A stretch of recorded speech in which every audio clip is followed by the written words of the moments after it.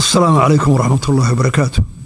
Your Excellency, Ismail Omar Gelle, the President of the Republic of Djibouti. Your Excellency, Dr. Abiy Ahmed, the Prime Minister of Federal Democratic Republic of Ethiopia. Your Excellency, Mohammed Abdullahi Farmajo, President of Somalia. Your Excellency Hassan Ali Khaire, the Prime Minister of Somalia. Representatives of the chairperson of the African Union, if they are here. Your Excellency, Dr. Wargane Gebeyaho, the Executive Secretary of IGAD. Your Excellency, Donald Yamamoto, the U.S. Ambassador. Excellency, distinguished guests, ladies and gentlemen, all protocols observed, good afternoon.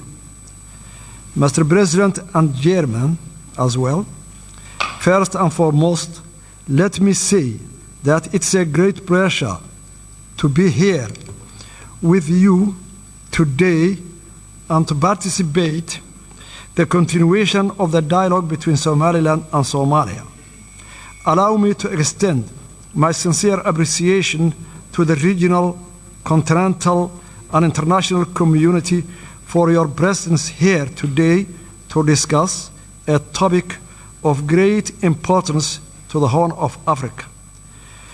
Allow me to further thank His Excellency, President Ismail Omar Gelle, and the people of Djibouti for their warm and brotherly hospitality in welcoming us in this beautiful country. Though we may be separated by land and sea, nothing will diminish the important role you all play and will continue to play in your efforts to bring peace and stability to the African continent. The region is suffering from a combination of unprecedented challenges, which range from the COVID-19 to environmental and socio-economic issues. Regional cooperation and hegemony is urgently required to steward the vulnerable to more prosperous and stable future. Restarting of these mediation talks with international support is an important factor in securing a more sustainable future in the fulfillment of onerous and worthy duty of building a safe, secure, and stable relationship for the people, for Somaliland and Somalia. Excellencies, allow me to stress the current phase that we are entering is a crucial in shaping the future of the future bilateral relationship between our two neighboring countries, regional stability, and sustainable and prosperous future for the Horn of Africa.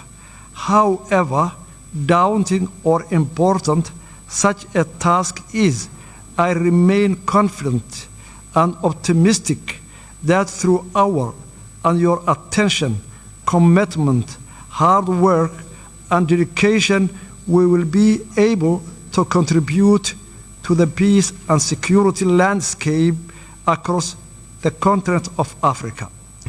Excellencies, allow me to present a brief historical background on how we got to where we are today. Republic of Somaliland received its independence from the United Kingdom 26 June 1960. Notification of that independence was duly registered with the United Nations, and 35 countries recognized Somaliland. Somaliland voluntarily united with Somalia 1st July 1960 to form the Somali Republic. The union was not legally binding, as the Act of Union was never formally signed. Therefore, the unification effort fell short of the requirements mandated by domestic and international law. From the beginning, the union malfunctioned as Somaliland people were hugely oppressed. The people of Somaliland expressed their displeasure with the Union by overwhelming voting against the new constitution in the referendum held in 1961 and followed full-scale struggle against the Somali Republic. The result in the collapse of Somali Republic in 1991 and the restoration of the independence of the Republic of Somaliland 18 May 1991. Since restoring our independence, Somaliland, with its scarce resources and with limited international support, has embarked on a steady, incremental, and progressive agenda of conflict resolution, peace building, and state building, and established good governance and functioning government institutions. We conducted a constitutional referendum in which 97% of Somalilanders voted to support the constitution and the independence. Somaliland, during that period, has made rounds of multi-party free and fair elections, including 3 rounds of presidential elections, 2 rounds of local council elections, and a parliamentary election. Republic of Somaliland has created a conducive environment that enabled a thriving private sector and an inflow of international investment. Somaliland has played an important role in the peace and security of the region and has been a reliable partner in the fight against terrorism, piracy, human trafficking, money laundering, and other forms of organized crimes. Unfortunately, instead of appreciating all those efforts and contributions made by the Somaliland people for the last 30 years, Somalia was in a constant war against the development of Somaliland, economically, security, investment, and this deepened the mistrust and animosity between the two countries. Ever since Somaliland entered hastily into a voluntary union with Somalia, the Somaliland people has been at the receiving end of injustice, discrimination, and state-sponsored genocide at the hands of the Somali government. Evidence of the widespread war crimes committed against the people of Somaliland has been fully documented by the United Nations Special Rapporteur for Human Rights and forensic team from Physicians for Human Rights and Somaliland War Crime Commission. The acts of genocide perpetrated by the Siad Barre regime and are memorialized in more than 200 mass graves in our country. The mass graves, which are still being unearthed, will forever testify to the crimes against humanity committed by the government of Somalia against the people of Somaliland. Therefore, in approaching this present situation in Somaliland and Somalia, it's necessary to have a proper regard to the past and learn lessons from it. The legacy of the oppression against the people of Somaliland cannot be easily swept away. Rather, they must be acknowledged and taken into account when considering Somaliland people's rights to self-determination and independence. The case for Somaliland independence is not unique. This fact is also acknowledged by the African Union mission to Somaliland in 2005. That concluded the situation was sufficiently unique and self-justified in African political history, that the case should not be linked to the notion of Pandora's box. It recommended that the African Union should find a special method of dealing with this outstanding case at the earliest possible date. Furthermore, the 2005 African Union Fact Mission to Somaliland reported that the plethora of problems confronting Somaliland are in part the legacy of political union with Somalia that malfunctioned and brought the destruction and ruin, thereby overburdening the population of Somaliland. Somaliland's claim to independence depends on part its circumstances, including the brief but legal period of independence in 1960. It claims to recognize international borders relating to that period, as can be summarized from the Somaliland's case, unique and demands unique solution. It does not create precedent for other unresolved conflicts in Africa or elsewhere. Somaliland's legal case for independence is the conformity with the international law. Somaliland satisfies the statehood criteria as set out in Montevideo Convention of 1933. Somaliland fulfills the conditions set out in Article 4P of the Constitutive Act of the African Union, which enshrines respect of borders existing on the achievement of independence, since Somaliland borders correspond to those received upon independence from the Great Britain. Somaliland is fully aware that the African context, the exercise of the right to self-determination is linked to the principle of respect for respecting boundaries.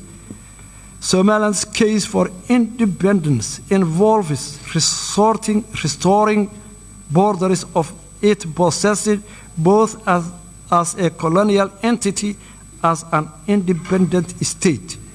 Between 1991 and 2000, the Organization of African Union considered to the break-up of two other unions.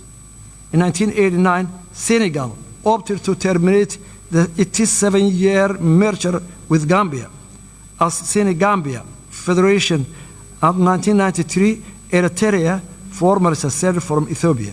Furthermore, in supporting the Comprehensive Peace Agreement signed in 2005 and subsequently independence of South Sudan and its admission to the African Union, the African Union has accepted the break-up of Southern Sudan. The International Court of Justice, in its legal opinion on Kosovo, declared in 10-4 vote that the declaration of independence of Kosovo of the 17th February 2008 did not violate general international law because the international law provides no prohibition on declaration of independence. Furthermore, the Arbitration Commission of Peace Conference to Yugoslavia produced a series of opinions on the validity of new states' claim to independence and conditions for recognition. The Commission determined, inter alia, the break-up of Yugoslavia was a case of dissolution rather than cession.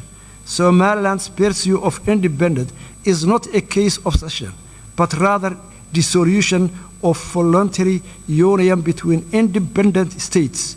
A number of African Union member states are also the product of failed union.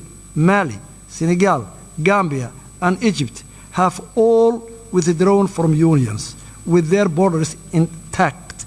The African Union has also accepted the independence of territories never previously enjoyed full sovereignty. Following the failure of the unity government, Republic of Somaliland exercised its inherent right to self-determination, which are consistent with the preamble of the United Nations 1948 Universal Declaration of Human Rights.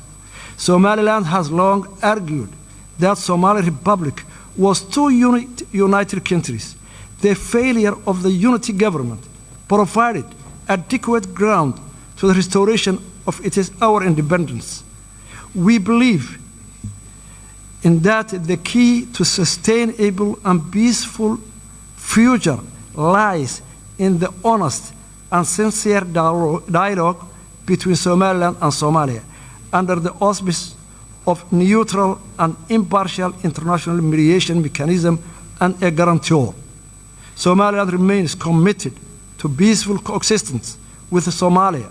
However, Somaliland insists in that the dialogue should be a two-state process with a substantive agenda that addresses the core issues of the dispute.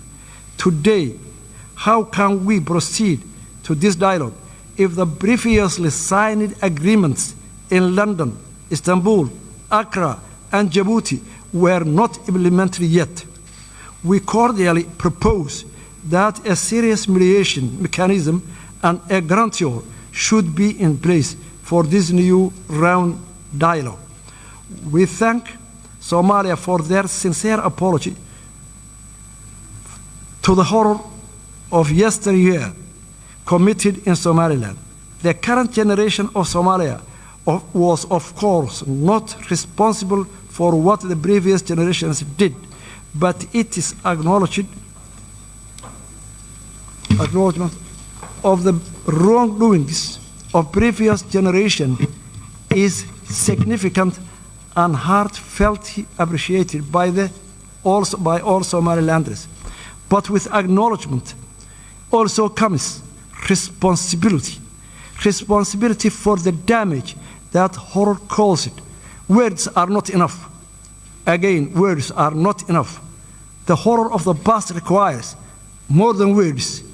It requires actions.